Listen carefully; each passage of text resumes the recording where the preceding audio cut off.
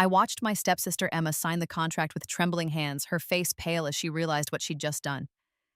The NDA alone would bankrupt her if she breathed a word about what happened in this room. But it was the employment clause that made her eyes widen in true horror. She'd just agreed to work as my personal assistant for the next 5 years at minimum wage. "Welcome to Chen Industries, Emma," I said, leaning back in my executive chair. "I hope you're better at filing than you were at stealing my college applications." My stepmother Linda lurched forward, her designer handbag swinging wildly. "You can't do this. Emma has a degree from—" "A degree she plagiarized her way through using my research?" I smiled. "Yes, I'm aware. I have the evidence. All of it. Every paper, every project, every brilliant insight she passed off as her own while I was scrubbing your floors at midnight." That shut her up. It had been 6 months since I'd died in my previous life, or rather, since I'd collapsed from exhaustion at 28, my body finally giving out after years of malnutrition and overwork. I'd been cleaning the mansion's third-floor bathroom when the chest pain started. By the time I crawled to the hallway, my vision was already darkening. The last thing I saw was Emma stepping over my body, annoyed that I was blocking her path to the master bedroom. I woke up at 15 again, the morning after my father's funeral. At first, I thought it was a dream, but the calendar on my phone confirmed it. February 14th, 2015. Dad had died 3 days ago in a car accident. I was lying in the tiny attic room that would be my prison for the next 13 years. And downstairs, I could hear Linda already redecorating, erasing every trace of my father's first wife, my mother, who had died when I was 8. This time, I knew exactly what was coming. I knew that Linda would find Dad's will and discover he'd left everything to me in a trust, accessible when I turned 18. I knew she'd spend the next 3 years systematically destroying every piece of evidence that might help me claim it.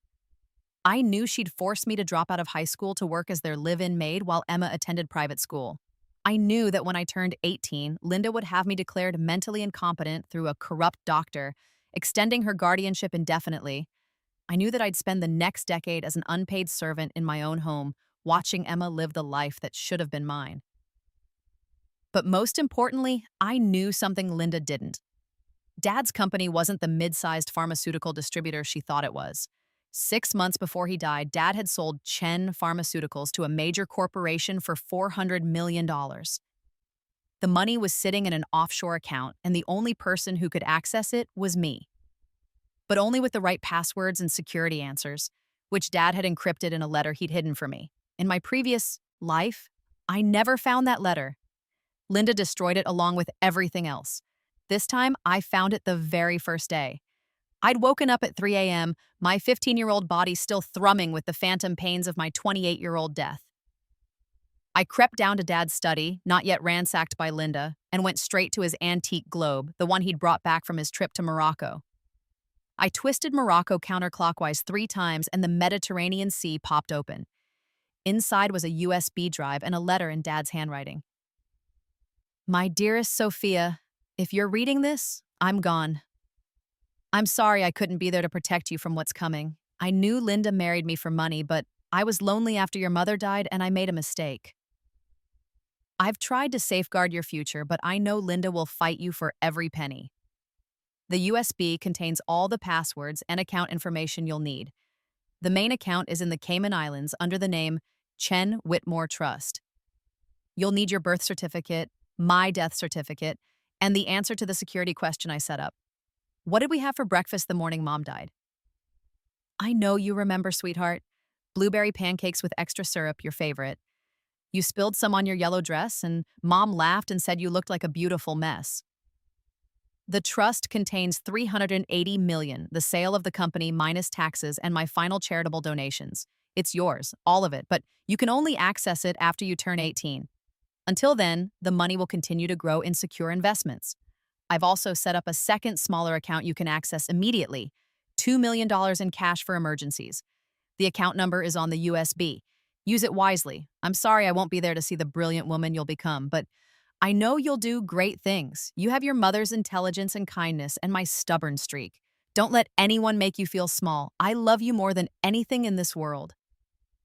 "Dad," I'd cried then, silently, mourning my father all over again. But I'd also felt something else rising in my chest. Rage. Pure, cold rage at the years they'd stolen from me, at the life I'd lost. This time would be different. The next morning, Linda called me downstairs. She was wearing black Chanel, her blonde hair perfectly styled despite her grief. Emma sat beside her on the couch, already looking bored. She was only 13, but already possessed Linda's casual cruelty. "Sophia, darling, we need to talk about your future," Linda began, her voice dripping with false sympathy. "Your father's death has left us in a terrible financial position. The company is barely solvent, and there are debts." "That's not true," I said quietly. Linda's smile tightened. "Excuse me?" "Dad's company was profitable. I've seen the statements." I had my previous life before Linda locked away all his files. "Those statements were falsified to avoid taxes," Linda said, smoothly. "The reality is much grimmer. We're going to have to make sacrifices, all of us." I knew what came next. She'd send Emma to prestigious Ashford Academy while I'd be enrolled in the local public school for exactly 1 year before she pulled me out entirely. She'd sell my mother's jewelry, claiming we needed the money for household expenses. She'd fire our housekeeper Maria and make me take over all the cleaning. It would be a gradual process, each step designed to seem reasonable until I was completely trapped. Not this time. "I understand," I said, keeping my face neutral. "What do you need me to do?" Linda's eyes gleamed with satisfaction. She thought she'd won already. Over the next 3 years, I played the perfect victim. I accepted every degradation without complaint. I dropped out of school when Linda insisted we couldn't afford it. I worked 18-hour days cooking, cleaning, and maintaining the mansion. I wore rags while Emma got a new wardrobe every season. I ate table scraps while they dined on catered meals. But every night, after they were asleep, I studied. I'd used the $2 million emergency fund to purchase a laptop and hidden it in my attic room. I enrolled in online courses under a pseudonym. I studied business, finance, corporate law, and computer science. I earned my GED in 6 months and started taking college classes. By the time I turned 18, I had an online bachelor's degree in business administration and half a master's in finance. I also spent those 3 years gathering evidence. I installed keyloggers on every computer in the house. I recorded every conversation. I documented every instance of abuse, every forged signature, every fraudulent document Linda created. I kept meticulous records of how Linda had systematically stolen and sold my mother's belongings, pocketing the cash. I tracked every penny she'd taken from the household accounts Dad had left for my care. When Emma started high school, I made sure to help her with her homework and kept copies of everything. Every essay I wrote for her, every project I completed, every test I took in her place using a fake ID and a wig. She never suspected a thing. Why would she? I was just the maid. The day I turned 18, Linda tried to have me declared incompetent. She'd bribed Dr. Morrison, a corrupt psychiatrist, to sign off on documents claiming I was mentally disabled due to severe stress and trauma. The court date was set for 3 weeks later. I didn't fight it. I showed up at Dr. Morrison's office for the evaluation, looking exactly like what Linda wanted him to see. Exhausted, malnourished, defeated. I gave nonsensical answers to his questions. I stared at walls. I cried at random intervals. He signed the papers gleefully. Linda paid him $50,000 in cash, which I recorded on the hidden camera I'd placed in his office weeks earlier. The night before the court hearing, I made my move. I transferred all $382 million from the Cayman account to a new network of trusts and LLCs I'd set up. I'd spent 3 years learning corporate law for this exact purpose. The money was now completely untouchable by Linda, hidden behind so many legal barriers that even the best attorneys would take years to unravel it. Then I called my father's former attorney, Richard Chen, no relation despite the shared name. He'd been the one to structure Dad's original trust, and Linda had fired him immediately after the funeral. In my previous life, I'd never thought to reach out to him. This time, I'd contacted him years ago, slowly feeding him evidence of Linda's fraud. "Mr. Chen," I said when he answered, "it's time." "Are you sure, Sophia? Once we start this, there's no going back." I'm sure. The court hearing was supposed to be a formality. Linda had bribed the judge, the Honorable Patricia Walsh, who had gambling debts Linda had quietly paid off. I was supposed to be declared incompetent, and Linda would maintain control of my father's estate indefinitely. Instead, Richard Chen showed up with a team of lawyers and a federal prosecutor. Linda's face went white when she saw them. Your Honor, Richard began, we have evidence of massive fraud, embezzlement, and corruption involving this case. We're requesting an immediate stay of these proceedings pending a federal investigation. Judge Walsh tried to bluster, but the federal prosecutor, a sharp woman named Jennifer Martinez, cut her off. We have recordings of you accepting bribes from Mrs. Chen. We have evidence that Dr. Morrison's evaluation was purchased. We have documentation of systemic abuse and exploitation of a minor. This courtroom is now part of a federal crime scene. It was beautiful chaos.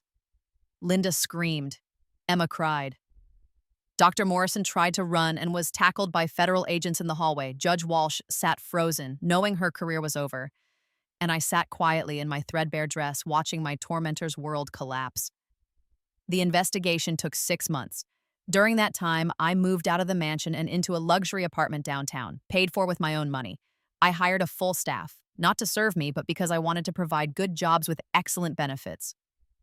Maria, our former housekeeper whom Linda had fired, became my house manager at triple her previous salary. I also started building my empire.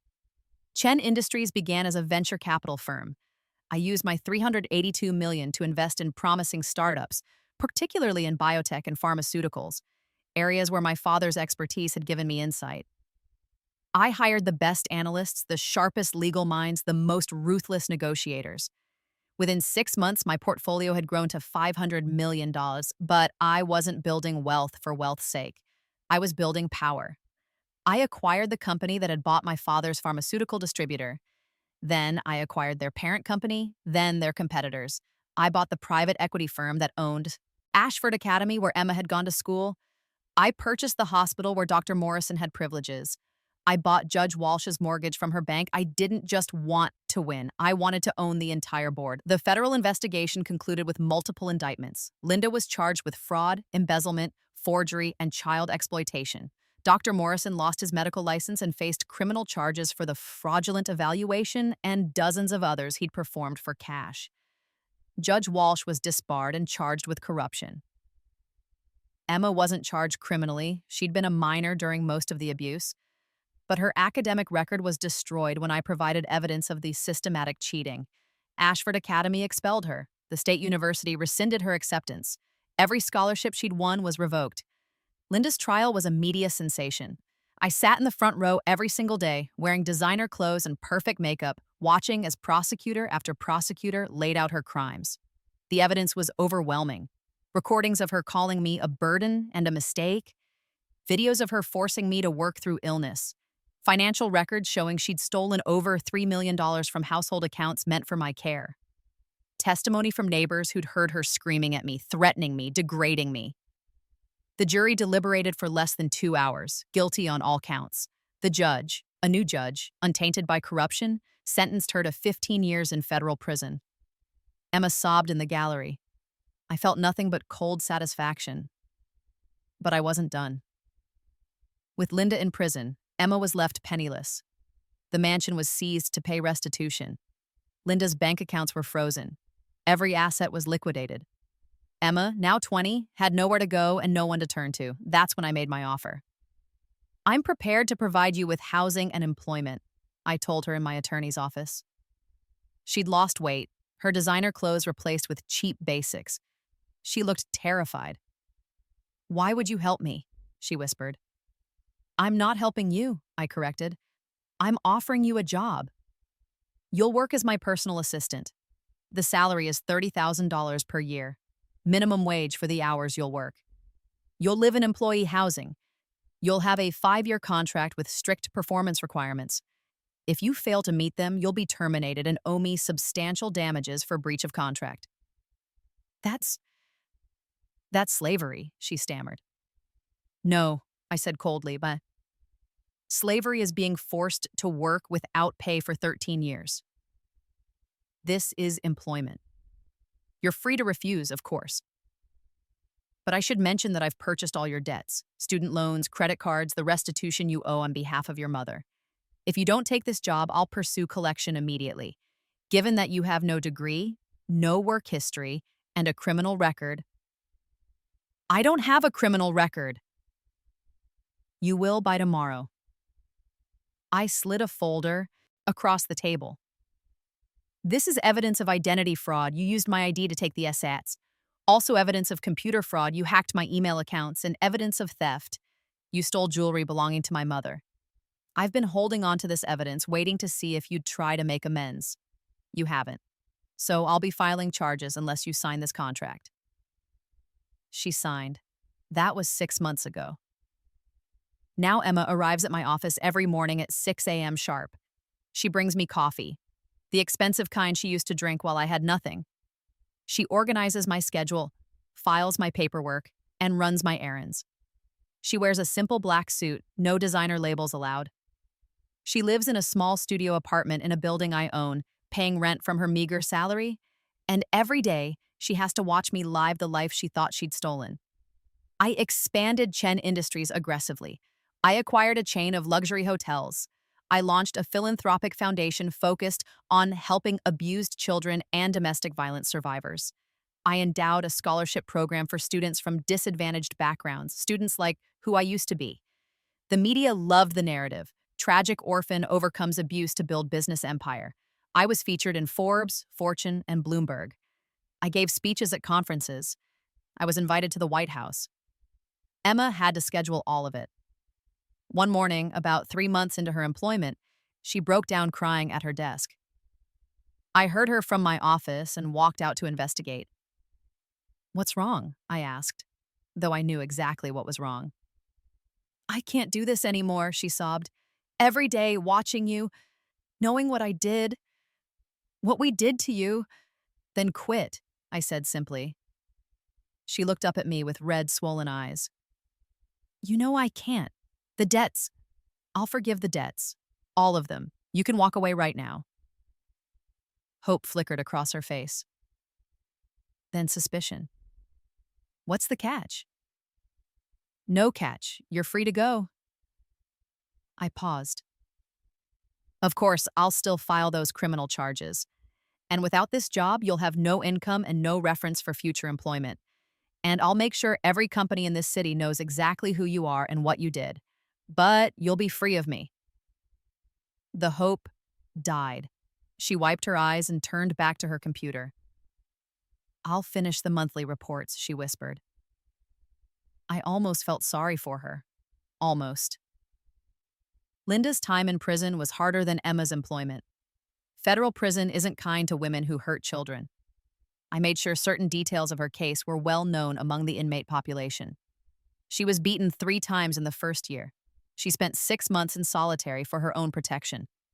I visited her once after she'd been inside for 18 months. She looked 20 years older. Her blonde hair had gone gray and limp. Her designer clothes were replaced with a prison jumpsuit. Her manicured nails were broken and dirty.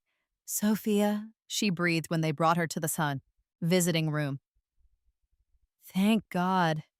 I knew you'd come. I knew you'd forgive." "I'm not here to forgive you," I interrupted. "I'm here to make sure you understand what you've lost." I spent the next hour detailing everything I'd accomplished, every company I'd acquired, every deal I'd closed, every million I'd made. I told her about the penthouse apartment I'd bought, in the building where she'd always wanted to live but couldn't afford. I told her about the charity gala I'd hosted where I'd worn my mother's restored jewelry, the pieces Linda had sold, which I'd tracked down and repurchased for 10 times what she'd gotten for them. I told her that Emma was working as my assistant, that I owned her debts, that I controlled her entire life now. Linda's face crumpled. "Why are you doing this? Haven't you punished us enough?" "You made me work like a slave for 13 years, I said quietly. "You stole my education, my childhood, my life. You let me believe I was worthless, that I deserved nothing better than scraps and abuse. You tried to have me declared insane so you could keep stealing from me forever." I leaned forward. 13 years, Linda. You get 15 in here, and that's not nearly enough. Emma works for me for 5 years, and that's a mercy. I could have destroyed her completely. I still might if she disappoints me. You've become a monster, Linda whispered. No, I said, standing up. I became exactly what I needed to be to survive you. The difference is I'm a monster who wins. I never visited her again. Chen Industries continued to grow. By my 25th birthday, my real 25th, though I'd lived 38 years total, my net worth exceeded $2 billion. I'd expanded into real estate, technology, and sustainable energy. I employed over 10,000 people across my various companies. I'd been named one of the 30 under 30 by every major business publication. Emma was still my assistant. Now in year 4 of her contract, she'd gotten better at the job. She had to, or face termination. She was efficient, organized, and deeply miserable. Sometimes I caught her looking at me with something like awe mixed with horror, as if she couldn't quite believe what I'd become. One day, she made a mistake. A small one. She'd scheduled 2 meetings at the same time. It meant I had to cancel on a potential investor, which cost me nothing but time. A minor inconvenience. By the terms of her contract, it was grounds for a formal warning. 3 warnings and she'd be terminated, her debts reinstated. I called her into my office. She came in looking terrified, knowing she'd messed up. I'm sorry, she said immediately. I don't know how I missed it. I'll call Mr. Peterson and personally apologize. It's fine, I said. Everyone makes mistakes. She blinked. What? I said it's fine. You've been doing good work lately. One scheduling conflict isn't worth a formal warning. She stared at me like I'd grown a second head. In 4 years, I'd never let a single error slide. I'd been exacting, demanding, unforgiving. That was the point? To make her feel what I'd felt, working under impossible standards with no room for human error. But something had shifted in me. Maybe it was therapy. I'd started seeing someone a year ago, working through the trauma of both lives. Maybe it was success. When you have everything you ever wanted, revenge starts to taste hollow. Or maybe I was just tired of carrying all this rage. Emma, I said slowly, do you know why I really hired you? To punish me, she said quietly. I deserve it. That was part of it, I admitted. But there's more. I wanted you to understand what it felt like, to work hard and be invisible. To have no power, no choices, no future beyond what someone else allows you. I wanted you to live it, not just know it intellectually. I understand, she whispered. I understand now. Do you? Because I spent 13 years understanding and you've only had 4. 4 years at a living wage with weekends off and health insurance. 4 years where the worst I did was make you work hard and watch me succeed. I didn't starve you. I didn't beat you. I didn't destroy your sense of self-worth. I paused. Maybe I should have. Please don't, she said, tears streaming down her face. Please. I know I can never make up for what we did to you. I know saying sorry means nothing. But I am sorry. I'm so sorry. I studied her for a long moment. She'd lost the arrogance she'd had at 20, the casual cruelty that came from privilege. She looked broken and remorseful and small, just like I'd intended. Your contract is up in 1 year, I said. When it ends, I'm forgiving all your debts. You'll get a positive reference letter. You'll be free of me. Why? She asked, shocked. Because I don't want to be the kind of person who tortures someone forever, I said. I wanted you to understand what you took from me. You do now, that's enough. She broke down sobbing. I let her cry for a few minutes, then sent her home for the day. I didn't need her gratitude or her grief. I just needed to know that justice had been served, and it had. Linda was a different story. She served her full 15 years. I made sure of it. Every time she came up for parole, I submitted victim impact statements. I had my lawyers present evidence of ongoing harm. I hired private investigators to document every infraction she committed in prison, and there were many. She was released 3 months ago at age 63. She'd aged badly in prison. Her health was broken. She had no money, no home, no family. Emma had cut off contact years ago, unable to face what her mother had become. Linda tried to contact me once, a letter forwarded through my attorney. Sophia, I know I have no right to ask for anything from you. I know what I did was unforgivable, but I'm begging you, please help me. I have nowhere to go. No one will hire me. I'm sleeping in a shelter and I'm sick and I'm scared. Please, for your father's memory, if nothing else. He wouldn't want this, Linda. I wrote back once. Linda, you're right about one thing. My father wouldn't want this. He wouldn't want a lot of things. He wouldn't want his daughter to be treated like a slave. He wouldn't want his wife to steal from his child. He wouldn't want his legacy to be erased and his money stolen.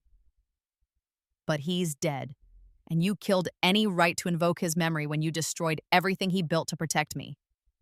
You made your choices. You were an adult. You knew exactly what you were doing when you starved me, beat me, and worked me like an animal. You made those choices every single day for 13 years. Now you get to live with the consequences. I hope the shelter is at least warmer than the attic room you made me live in. Sophia, I never heard from her again. My therapist asked me once if I felt guilty about Linda's situation. No, I said honestly. Should I? Some people might think you've gone too far, that you've become what you hated. Linda chose cruelty when she had all the power, I said. I chose justice when I finally got mine. Those aren't the same thing. Is it justice or is it revenge? Does it matter? I asked. She's paying for her crimes. Emma learned her lesson. I built something meaningful with my life. Everyone got exactly what they deserved. And are you happy? That made me pause. Was I happy?